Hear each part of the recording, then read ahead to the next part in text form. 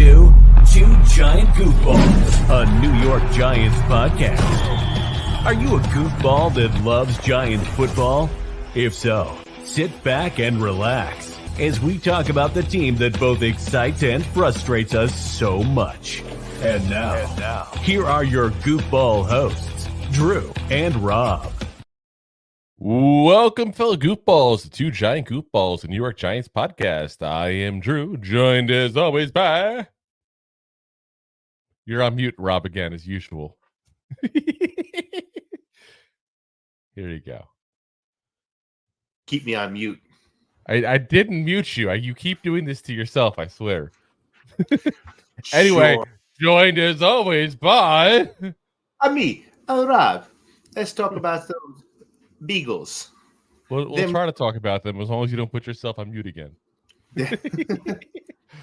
All right, so yeah, today, guys, we're going to do a little preview episode here for you on the Giants and the Eagles game here.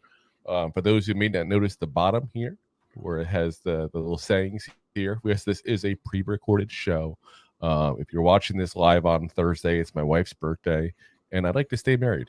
So therefore, we're going to do it hence one a little recorded here. We're also going to do this episode different than we typically do for you guys on the preview episodes, because let's be very frank, we are less scared of the Eagles than we were 3 weeks ago.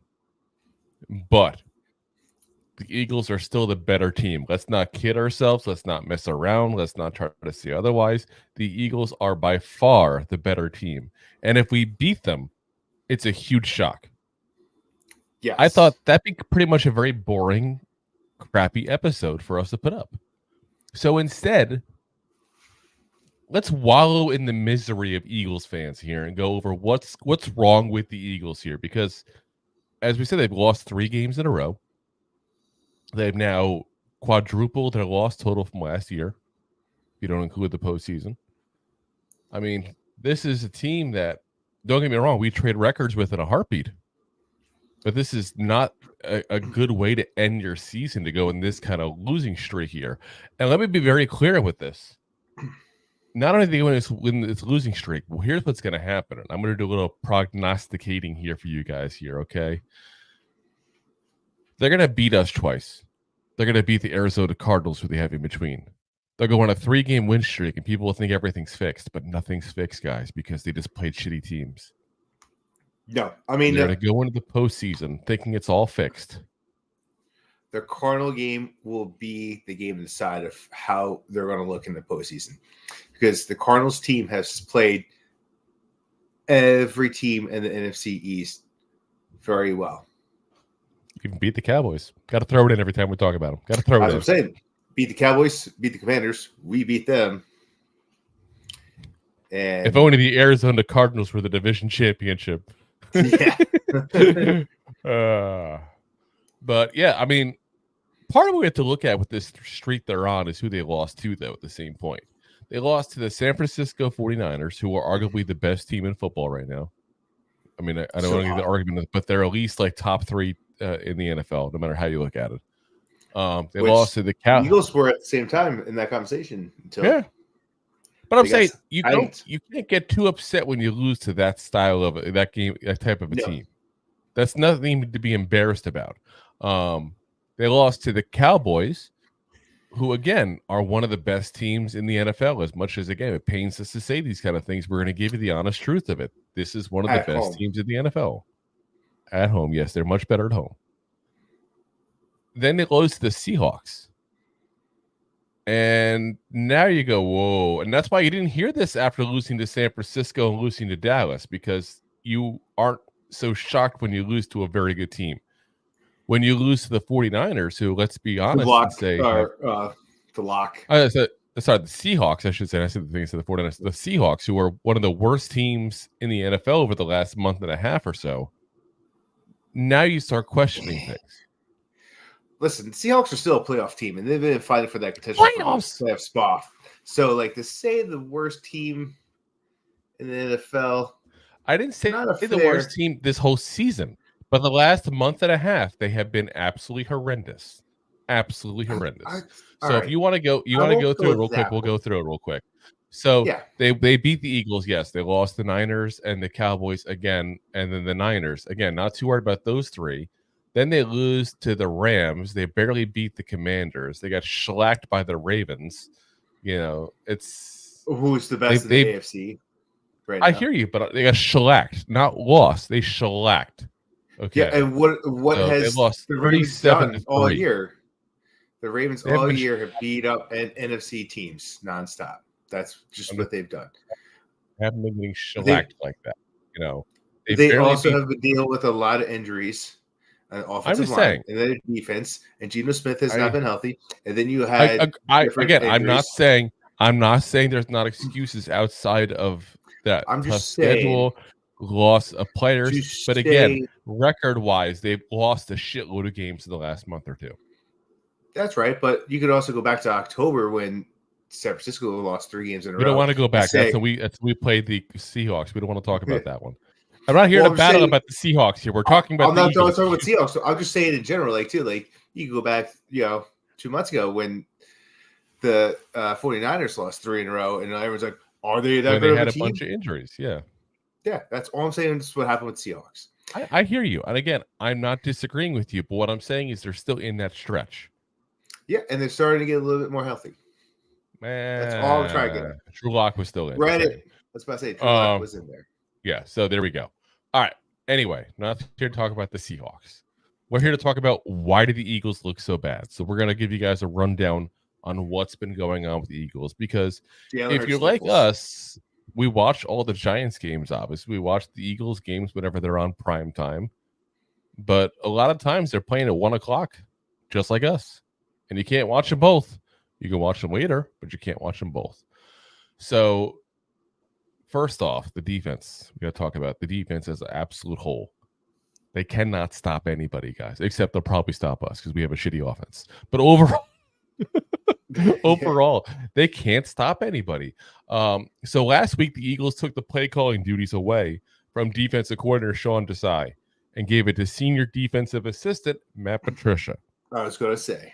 Yeah, that Matt Patricia, who was the offensive coordinator for the Patriots last year, the head coach for the Lions before that. Do you think the Lions regret firing him and hiring somebody else?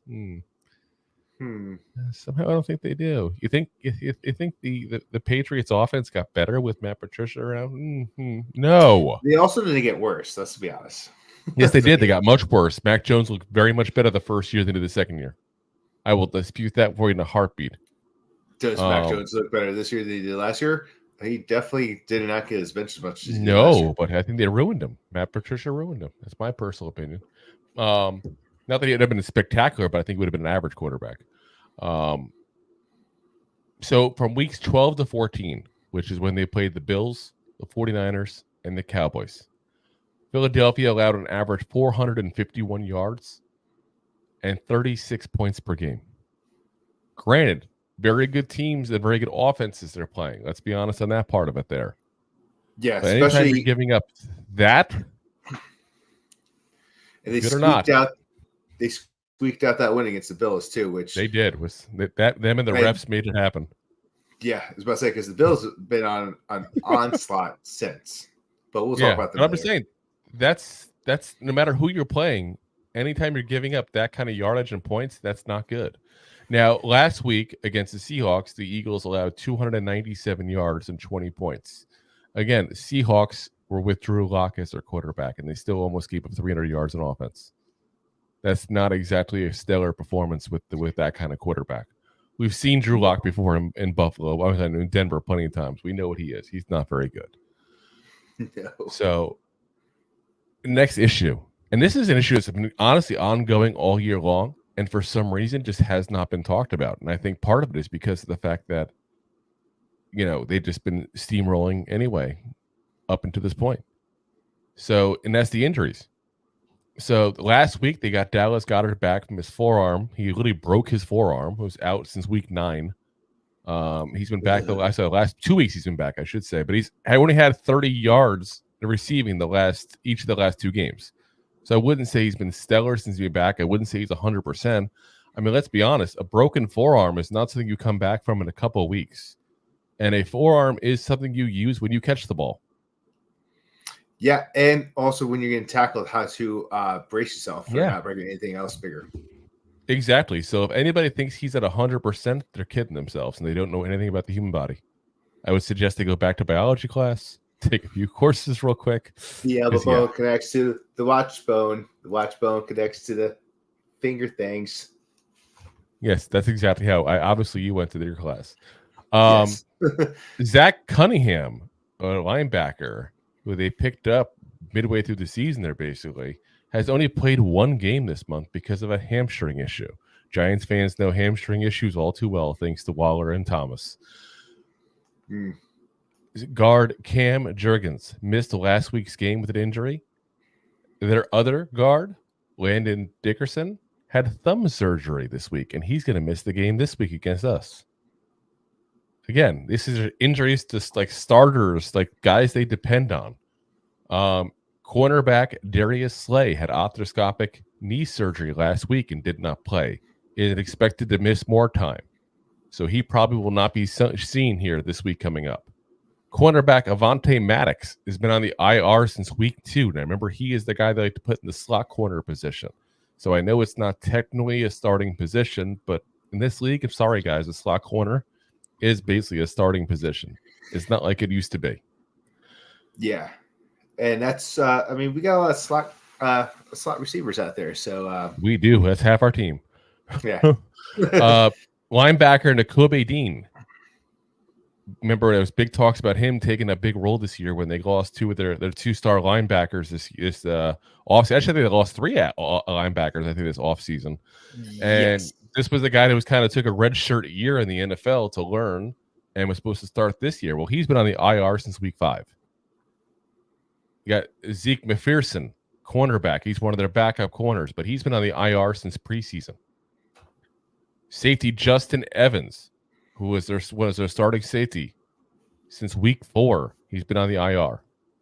Sean Bradley, one of their backup linebackers. And keep in mind, again, we talked just a minute ago about how decimated this linebacker group was because of what happened in free agency. So very well could have been a starter this year for all we know. On the IR since preseason. So that's a long list of injuries to give you guys. Yeah, and they had to make some moves to try to finish out the season. Yeah, so they got Shaquille Leonard. They got Zach Cunningham. We talked about already. Zach been injured. Leonard, though, I think we all got kind of like, whoa, he got cut when the Colts cut him, and like, oh, good for the Eagles if you didn't hate them like we do for them getting him mid-season. But at the same point, guys, let's be very frank and not kid ourselves and say this is not the same Leonard from 2 years ago. If Leonard was as good as he was in the past, he wouldn't have been cut by the Colts. He got cut by the Colts because of playing time and the way he was being used. 100%. And so, look at the Colts right now. They're 8 wins right now, 9 wins. And you can sit there and say the Colts tend to just create linebackers. Bobby Okereke on our team, obviously forget was on the Colts last year as well. So again, this is one of those things that I think that got a little overplayed when it happened. I really do. And we felt kind of, into that trap ourselves. You got a former All-Pro, we got a guy who's still in his 20s, and you just assume, but again, he's not available if he's the old Leonard. And he may get to be the old Leonard again, don't get me wrong, but it's not going to happen overnight. If it happens, it'll happen next year. Give him a little chance to get back from the injury. So yeah, you got offensive line dinged up. You got your linebacker crew decimated. You got your corners dinged up everywhere, basically. You're missing one of your starting safeties. You got a star tight end that's been not himself for half a year. Again, these are big injuries, guys. The fact that this has not been talked about more is something that kind of shocks me once I actually compile the list together that looks at everything there. That's a lot of injuries, guys. Yeah, and that's not the only problems they're having in offense. No. Here's the next one. It's funny you mentioned that because here's that one. They can't run the ball. The Eagles. Remember that? Well, the Eagles were the best rushing team in all the NFL like 2 years ago. Last year they got, they did get a second star receiver, and that kind of helped open the passing game, but they were still really good in the run too. Not this year. Yeah, Since week 4. They had. I was about to say they got a committee together that was supposed to be so great. Oh yeah. And like you said, since week 4.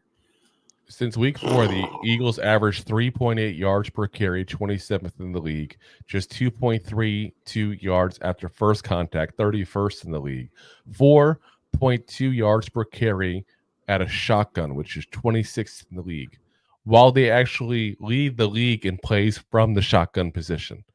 1.5 yards per carry when teams line up with 8 in the box against them, 29th in the league.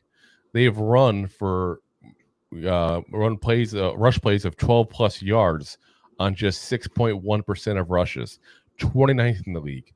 Tackles avoided per rush, 12.7%, 30th in the league. When the best stat I just gave you is 26 in the league, guys. That just tells you. Well below average. Yes, you're not doing good. You're right there with us. Good job, Eagles. Yeah. Yay. DeAndre Swift, who remember at the beginning of the year was like hailed as like this great running back with this Eagles system and everything. He averages 4.6 yards per carry on the season, which looks really good on paper. But we talked about this since week 4. Week 4, the first 4 weeks, he went wild. He was a madman. After that, yeah, not so much there. Only 2 games over 4.1 yards per carry since week 4. 5 of them under 3.5. The only player on the entire Eagles team to be over 4 yards per carry besides Swift is Boston Scott, which I know was like saying a curse word to Giants fans because he'll probably get a touchdown on Monday. But probably he's got 16 carries in the entire year. So it's not like he's doing much to help them. They just cannot run the ball. He's always was like the third or fourth back. Oh, no. I'm not saying otherwise as far as that. Giants. But what I'm saying is when your supposed stud running back has been crap since week 4, and the only player you have that's doing anything for the season on yards per carry averages 1 carry a game, that's not good. Yeah. Even Jalen Hurts is not doing very good as a runner. Granted, he does a lot of QB sneaks, and that probably hurts that average pretty well. I will throw that into the mix and be fair. But it's just, like I said, it's not been good for them running the ball. Even the focus push has not been good this year. I love that they got called for offsides when Jason Kelce tried to move the football up. Deserves it. There you go. You know. On the other side, back to the defense there. We talked about this in the show before as well. Their pass defense is not good this year, guys. It is not good at all. The Eagles' pass defense has allowed opposing quarterbacks to complete 64.6% of passes for 3,379 yards, 29 touchdowns, 6 interceptions, and a passer rating of 98.4. They basically allowed a Pro Bowl season amongst the players they've gone against. Oh, it'd be nice if we had some solid receivers and the quarterback to throw it to for throwing the ball. Yeah. I'm just saying, DeVito might have a chance here against this team. Especially keep in mind Slay's out. Yep. That means there's Bradbury and a bunch of scrubs. So you're saying there's a chance. Giggity. Now, only the Commanders have allowed more passing touchdowns in the league. Only the Commanders and the Cardinals have allowed for a higher passer rating from quarterbacks this league. That's what I'm saying. When you're like second or third worst in the entire league, you look at some of this stuff and you're like, how is their record even this good? And they just squeaked out a whole bunch of wins. That's what it boils down to. Like they really did. Squeak. I've said this early in the year before they went to the Niners and played the week that they were playing Niners. I have an Eagles friend that I worked with, and he's not the typical Eagles fan. So that's why he's a friend of mine. Yeah, I can tolerate him. But we were talking about it, and the other guy, I'm in a group chat, and the other guy's Bills fans. We started talking about it. I was like, listen, the Bills are going to make a push for the playoffs. We were talking about week 12. I was like, and they're probably going to make the playoffs. It's like the Eagles. I don't know what to tell you. It's like they're winning games, but they're a house of cards. It's like they're going to the playoffs, but there's something not right about that team. It's like they put up the numbers, So they just squeak by wins, but they just can't put it together. It might have been in the week that the Eagles beat the Bills in overtime. Now I did just look it up. So I'm curious overall on how many of these games are that close. So they've literally had 6 wins by 7 points or less. They haven't been defeating teams like you would think. That's 6 of their 10 wins. So that's a pretty high percentage. For a team that's supposed to be dominant, it's supposed to be one of the best in the league. I mean, that's what they want to think they are. Like I said, I think there's been a lot of luck this year for them. I thought that last year as well, to be frank, but again, I hate the Eagles. I'm not unbiased. Yeah, they were putting up points last year. This year, like there's been a lot of mistakes they were not making last year. They were making they are making this year. Yeah, and they weren't doing injuries. They weren't doing a couple other things we're going to talk about here. The last 2 things we're going to talk about were definitely not an issue at all last year. Now, on the bad pass defense, I want to remind people this because I've reminded people before, but I'm going to remind them again on this one because this is a stat that sticks out of my brain. And granted, it was week 1, so they were also a little healthier back then. Mac Jones threw for 316 yards and 3 touchdowns against them. Mac freaking Jones. Let's put that guy on your team and see how far you go. Yeah. That's how bad. Bill Belichick's about to get fired over him. Well, he's getting fired for a lot of other reasons besides just him. But now, another problem with their defense is the defense just is not getting turnovers. We look at what happened with us the last couple of weeks. We're 3-1 in the last 4 games. 3 of those games we got 3 turnovers. Last one we got 0. You think that was part of it? It's definitely at least 100%. Part of it. I mean, part of it, the offense couldn't do shit, but otherwise, yeah, it's a good part of it there. So the Eagles have just 4 turnovers since week 10.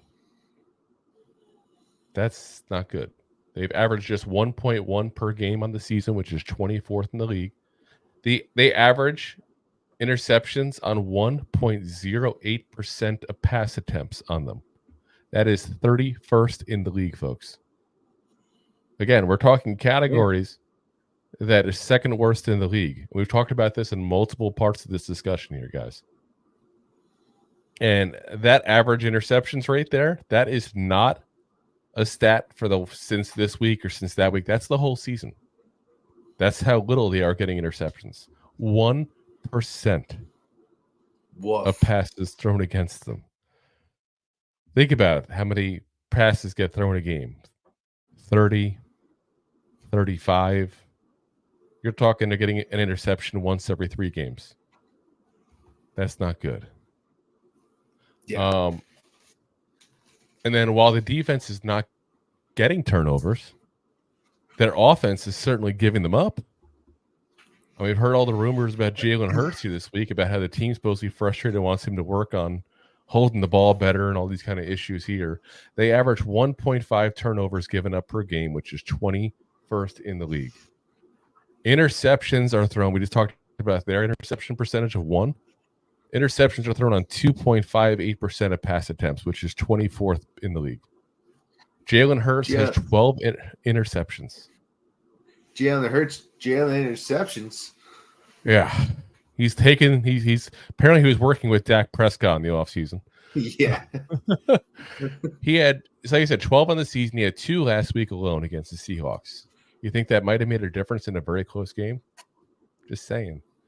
Now, he had just 19 interceptions in his first 3 seasons combined. To tell you how bad it is. Combined 19. He's got 12 this season. And we still got games to go. Maybe he can go for doubling his interception total this season. He also has 8 fumbles this year, which is about average for him, though obviously way above average for the league. That's been an issue he's always had his whole career is fumbles. So And you could hide that when you're throwing what 5 interceptions a year, which is very low. But when you're doing 12 and then get another 5 fumbles on top of that, or 8 fumbles, let's just say. Yep. That's a lot more turnovers. That's 20 turnovers on him. Now, it's funny you mentioned that because guess who's the league leader in turnovers? It's him, is it not? It is. It's easy to 3-way tie with Josh Allen and Joshua Dobbs. I thought he surpassed Allen. Nope. He's according to my research I did today, he is tied. All three of them have 20. He's in decent company. You're talking about Josh Allen. Josh Allen. Yeah, you're talking about Josh Allen, but he's pretty good. I mean, that's always been Josh Allen's issue is the interceptions.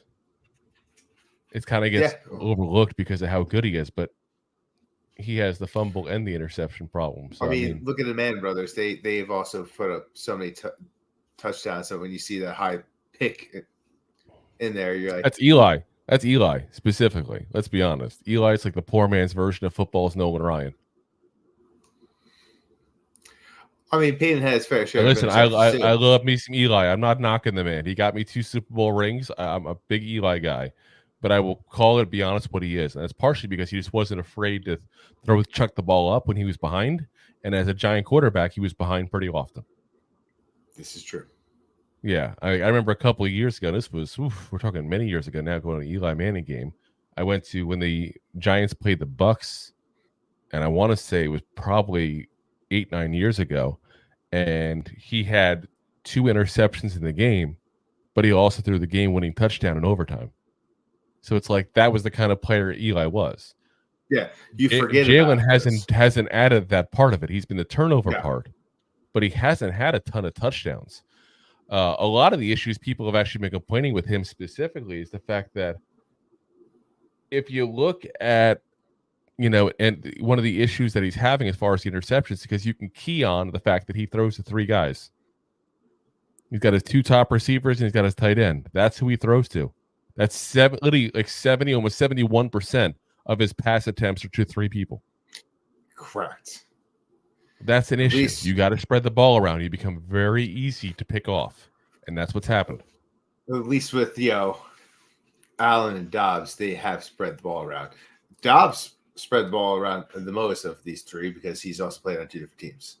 He's got twice receiver core. Yes. Oh my gosh. Sad but true. Now here's into the last thing, and one of those things that is going to probably change the next 2 out of the next 3 weeks for them because they're playing us. But they don't sack the quarterback nearly as much as they did last year. Again, they will the next 2 out of 3 weeks. I'm not that Giants fan talking trash here. Well, listen, I mean, we're the most sackiest teams in the Our league. Quarterbacks have been sacked more than anybody else. We're going to win one category.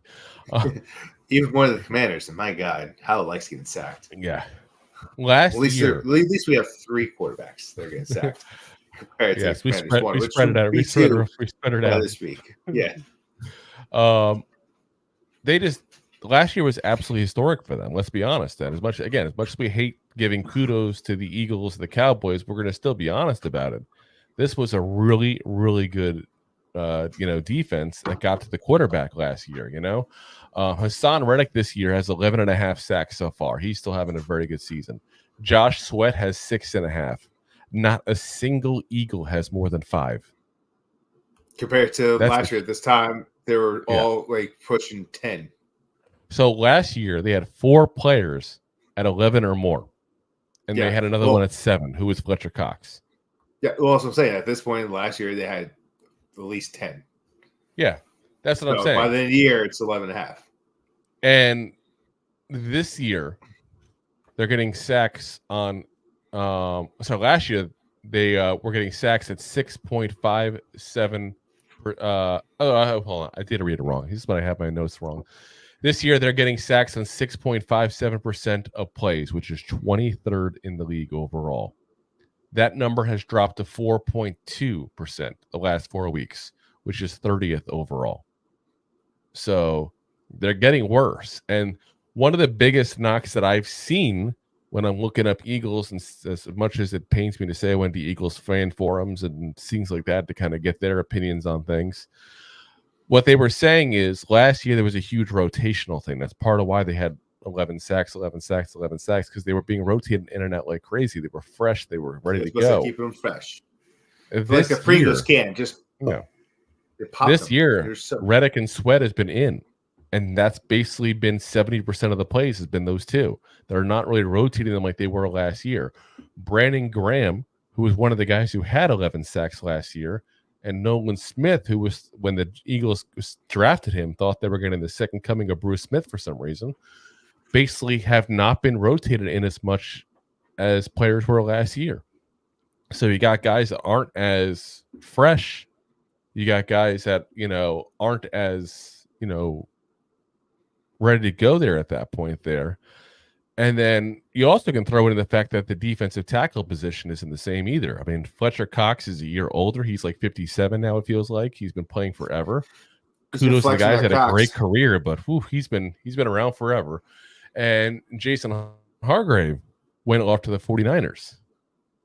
So they definitely had a downgrade at the interior line as well, which obviously helps. So what happened for the Giants when Dexter Lawrence is able to push the middle? It helps guys like Kayvon Thibodeau and Azeez Ojulari get sacks. Same thing happens for Philadelphia. Yeah, 100%. It's football 101. So the defense 101. So again, they're not the same Eagles as last year, guys. They're not. And again, they'll beat us. They'll beat us on Sunday. I think they'll beat the Eagles on the next, on Monday, I should say. They'll beat the Eagles. They'll beat the Eagles. They'll beat the Cardinals in the Battle of the Birds next week. And they'll beat us again for a second time, probably after that. But you know what the beauty of the whole situation is? Like I said, they're going to go into the playoffs. They're going to go into the playoffs with a false confidence, thinking, oh, okay, we fixed everything. We won 3 games in a row. We're not the Eagles that were losing shit. They didn't fix a goddamn thing. They just played really bad down. And what's going to happen is they're going to go in and have to face Royal Town in the playoffs. Maybe not the first round, depending who wins the division. Whoever loses the division is going to play the Bucks, Saints, or Falcons for the. Listen, the best thing that would happen, I was about to say, the best. Yes, exactly. I was about to say the best thing that could happen to the Eagles is the Cowboys win the division. Eagles going in at the 5th spot, and they play NFC South. Well, no, because whoever wins the division is probably going to get a bye week the first week. That's still a better position. Get a little healthier. I don't know about that. Get a little healthier. Maybe. We'll see. I mean, Cowboys still have some tough games coming up, so they may not win the division. Lions might have an easier schedule going into the playoff run, but we'll talk about that also later. Yeah, we'll get into that stuff later on. This is not the NFL podcast today. Exactly. So Giants versus the Eagles podcast. I'm just saying that. Yeah. And like I said, we're going to have to see what happens overall. I think that if you're going to go on chances for the Giants to win, I'd say we have a 5% chance to win this game. And if you had asked me a month ago, I would have told you we have a 1% chance. So we're improving our chances. We're improving our chances overall. With a lesser quarterback play. I think we have better quarterback play personally, but that's he's just got to stay off his butt basically and do what he did against the Packers and get out of the pocket and move around a little bit. No. DJ's also got sacked 7 times, 20 times a game. Same with Tyrod Taylor. Just because this is the first game he got sacked that much doesn't mean he's better. Sacked that much for most of it. The only time he didn't get sacked like crazy was the Packer game, and he still was putting up 2 touchdowns a game, which DJ never did. Yeah. Call it what it is. Yeah. He also didn't play the Commanders and the Patriots. So to say it's better. Anyway, that's not the discussion we're having here. We lost to the Patriots.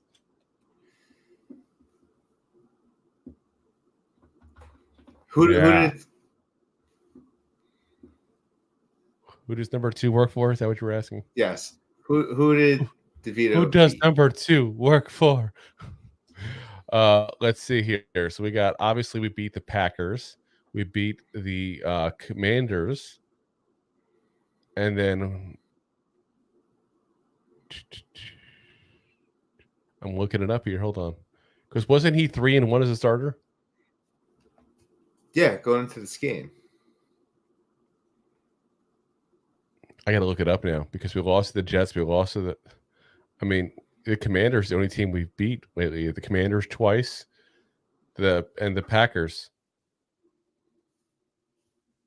Everything else has been a loss. Going back to the Cardinals. Cardinals. Yeah, so he lost to the Saints, won against the Packers, beat the Patriots, and that's right. We did beat the Patriots. That's right. We did beat the Patriots. We shouldn't have necessarily because they missed an easy kick on purpose. But yes, we lost. We won 3 in a row. Commanders. That's right. Yes. That's right. Patriots and the Packs. Still, we've got more wins than the rest of the quarterbacks combined. And all the Patriots. And the Panthers, if we're throwing that out there, what the hell? Yeah, right.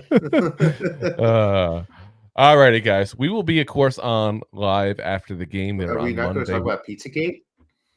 We're going to be. We talked about that in yesterday's episode that we haven't taped yet because this is pre-taped. Touche. It gets very confusing. Now we're in a time warp thing, like a Doctor Who episode. Let's do the time warp. Not that kind of time warp. I will not be wearing lingerie again. They should jump to the left. And you swing to the right. Damn it. I forgot this is a mirrored image. My right is their left. Okay, there we go. I know it's the right.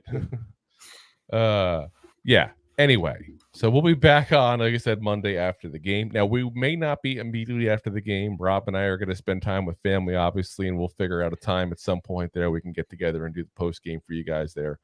So we will, of course, do that, but keep an eye out for when. The best way to know when is hitting that subscribe. The subscribe button. Hit the like, hit the bell.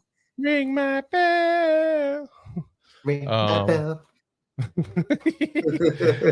So, like I said, we will be on at some point. We will, of course, be on Sunday in the evening time there to give you guys a rundown of all the games that happen on Sunday, since we do our usual Monday night thing, reverse order, do Sunday, do that. Rob and I will have to discuss the exact time on that as well, because that's also Christmas Eve. Again, I want Rob and me both to have a chance to do some stuff with family there, but I want to also provide you guys with the entertainment and the programming as well at the same point. We got to walk that line like Johnny Cash. Oh, we'll walk that line in the ring of fire. In the ring of fire. In the ring of fire. Gonorrhea. Oh my. That's like, is that not what the song is about? That's not that kind of ring of fire. It's about the Taco Bell ring of fire. Ooh. This with finger the Diablo. Of fire. Diablo sauce. Anyway, again, so we will see you guys there. Just like I said, keep an eye out for new episodes to see exactly when they're going to come down time-wise there, because we'll give you guys a heads up as best we can figure that out. But we will stick as close to the schedule as possible with the holiday there. If we don't see you guys between now and then, if you celebrate, have a Merry Christmas. If you already celebrated Hanukkah, hope you had a good Hanukkah. You know, Merry Christmas, Hanukkah, Kwanzaa to all you guys in there. And that's I forget what was it. I forget which cell phone used to do that commercial, but it makes sense. You get everything at once. So happy Christmas, Chanukah. Wow. Merry Christmas, Hanukkah, Kwanzaa. That's beautiful. Merry Christmas, Hanukkah, Kwanzaa to you. And whatever you do with your holiday time. Yeah, whatever you do, even if it's just go out and have Chinese food and watch a movie because that's the only thing that's open. Whatever it is, enjoy it. It's a day off to relax, even if you don't celebrate. So, but like I said, I know we'll be doing our celebrations there. That's why I'm saying we're not sure exactly when, but we'll be on. Again, we are always live on YouTube, Facebook, Twitter/X, Twitch. Now we're also on the Instagram. Oh yes, the Instagram. Oh yes, and of course Rob's favorite, My LinkedIn Use profile. LinkedIn. Oh yeah. I love we occasionally get a comment from it too. You get so excited. It's like a kid in a candy store. And then of course we're always on all the audio podcasts the next day as well. So Apple, Spotify, iHeartRadio, Amazon, all the fun ones there. So if you haven't already and you like to watch and you like to listen, you're not just a voyeur, you're a fan. We appreciate that. You're a goofball. So feel free to like, subscribe on all the different platforms you use. It helps us out. It's greatly appreciated. Share it out to a friend of yours. And then, we have to do real quick before we go ahead. Oh, we should pay the bills and do it. We should pay the bills real quick. We were so bashing on the Eagles, we completely forgot to pay the bills before we get out of here. We should do that. Oh yes. Oh, yeah. Enjoying the show? Looking for more goofball action? Consider a membership at buymeacoffee.com/2giantgoofballs. Memberships start at just $5 and give you additional goofball access. One-time support payments also available starting at just $3. buymeacoffee.com/2giantgoofballs. Now, for the record, I did mute Rob that time because he was eating something and his thing did not mute, and you can hear him chewing. And I know you guys don't want to, even though you're watching him chew, he's trying to hold it back right now. He's chewing something. Talking about. Was that like a chicken salad sandwich or something? A little water crescent sandwich or something? A Jamaican meat patty. Oh, there you go. All right, guys. Again, we will see you guys next episode. Hit that like, hit that subscribe. Keep an eye out so you know we're on next. We will be on for you guys Sunday and Monday. We just don't know exact times yet. Appreciate you guys watching as always. And as always, Giant fans, go G-Man! Go G-Man! Thanks for listening to Two Giant Goofballs, a New York Giants podcast. We appreciate your support. If you made it this long, you must have enjoyed it. So I am sure you have followed us on all the social media platforms. Of course, you have subscribed to the show on your favorite app as well and given us a top rating. Right? Right? Right? Thank you to those who have signed up for our silver gold levels of membership at buymeacoffee.com/2giantgoofballs.